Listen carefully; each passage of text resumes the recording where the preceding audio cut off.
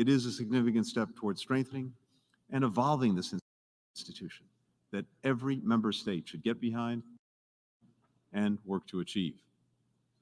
We're also pursuing reforms in other international institutions, as well as in our own country, that advance the bold goals and the aspirations of many member states, particularly those we've heard directly from developing countries.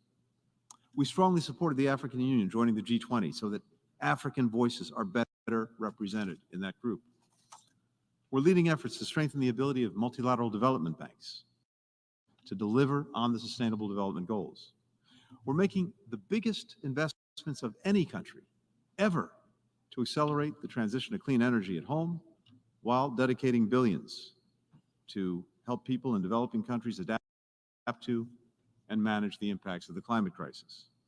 And as the world's leading humanitarian donor, we are forging new partnerships across public and private sectors to meet what are unprecedented needs around the world. These are important steps, but more must be done because simply preserving the status quo is not an option. The United States is committed to adapting the UN system to reflect this world of today and tomorrow, not the one that existed in 1945. But we are, and we will, remain resolutely opposed to revisionism. We will not accept efforts to tear down, dilute, or fundamentally alter the core principles of the UN Charter: sovereignty, territorial integrity, independence.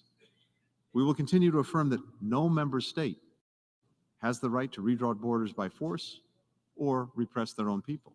We'll continue to oppose the idea that nations can assert spheres of influence or dictate who other countries ally or partner with. We will push back fiercely against attempts to undermine the Universal Declaration of Human Rights and related international human rights treaties. It's one thing to revitalize, to reform, to adapt the organization to meet the challenges of the future. It's quite another to try to change its core purpose and principles that are essential to avoiding repeating horrors of the past.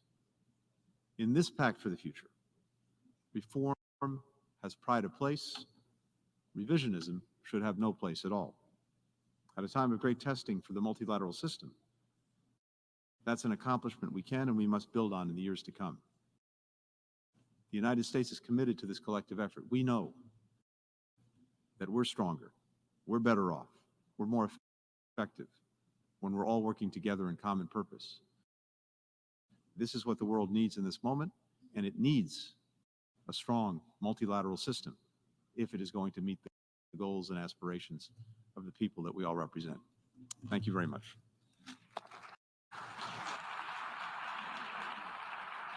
I thank the Secretary of State of the United States.